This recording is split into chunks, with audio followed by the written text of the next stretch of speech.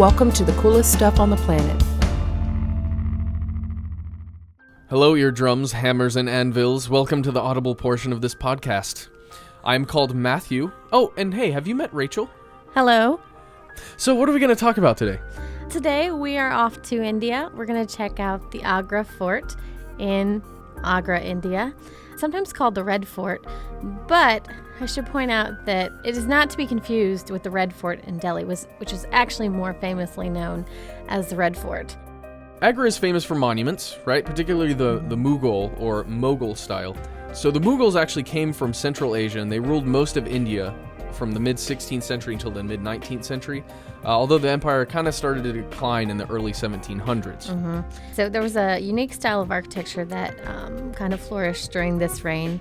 There's a mix of Persian, Islamic, and Indian and Hindu elements. And of course, the most famous of the style is the Taj Mahal, which is also in Agra, which is about 1.5 miles from the Agra Fort. So the fortress walls, they're comprised mostly of sandstone, right? That's why they look so red. They're 70 feet high, enclosing and actually protecting the imperial city of the Mughal rulers, built by just generations of rulers, right? Right, because Emperor Akbar, who's famous Indian emperor, was the one who started it all in 1565, and he was the one that added the red sandstone. Really? And then the generations after him added to it. Nice. So that's why you'll see all the different styles in the fort. So Shah Jahan, who built the Taj Mahal, was very, very much a fan of the fanciness. He liked the white marble, he liked the jewels, the gems. Very regal. And so, his additions to the fort actually are very easy to spot. In fact, he actually destroyed some of Akbar's, who was actually his grandfather, some of his sandstone structures to make way for his own stuff. The fort, probably one of the most amazing things about the fort is the architecture. It's beautiful. You have these intricately carved walls and surfaces. You have inlaid jewels on columns. It's gorgeous. It really is. But check it out. This thing is called Agra Fort for a reason. Okay? It's got a moat, it's got a bridge, and it's got plenty of places to attack from above. You realize how many archers could fit on top of this parapet? Check this thing out. Look at it. That's I'm awesome. guessing a couple. Oh, no. I'm thinking hundreds. So this thing is so fortified that to this day, elements of the army actually still take over part of it, and the public can't go to certain areas in the fort. They got it on lockdown. Some of the other highlights of the Agra Fort are this beautiful octagonal tower. It's called the Musaman Burj, or it's also called the Jasmine Tower. And this is actually where Shah Jahan, this is very ironic because he built this tower, and this is where he spent the last years of his life. He was deposed by his son, who imprisoned him in this fort. And accounts say he may have been in this tower. And I love this story because the Taj Mahal is all about, it has a lot of, the romantic angle, right? That he built it for his dead wife. Yeah. And so the kind of romantic story here is that he was imprisoned in this tower from which you can actually see the Taj. So he spent the last years of his life staring longingly at the Taj. Wow, that's sad. But so there are other cool buildings, guys.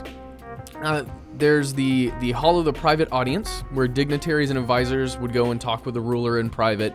The modern version of this is actually called the Council on Foreign Relations. So you've also got the Hall of the Public Audience, where the ruler, whoever's in place, would actually hear complaints from the citizens, the lowly citizens.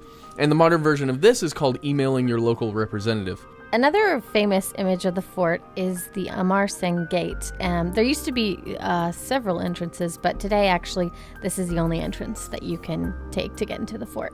Oh, another cool thing about the fort. Now, I don't know how cool this is. I would say this is cool yet terrifying. Yes, wonderful and terrifying at the same time. So the fort is actually covered in monkeys. Yeah, they like to climb around on it. What kind of monkeys are they? I think they're Rhesus monkeys. Rhesus, okay. Not Reese's filled Pieces with peanut monkeys, butter, yes. but yeah.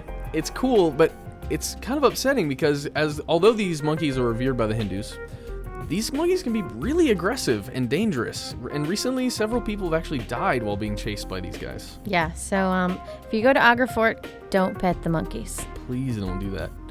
So if you want to learn more about Fort Agra or all kinds of other awesome things around India, go to howstuffworks.com. search with the little keyword action and then check it out.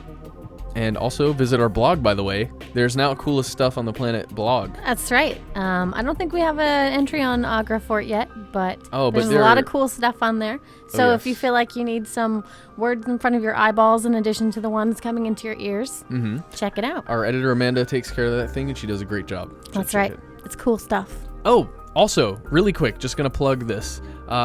I edit another podcast called Stuff They Don't Want You to Know that's coming out in October. So stay tuned to get ready for that. It's gonna knock your pants off. It's a conspiracy podcast. You might have heard some rumors about it, and it's coming. So just wait for that.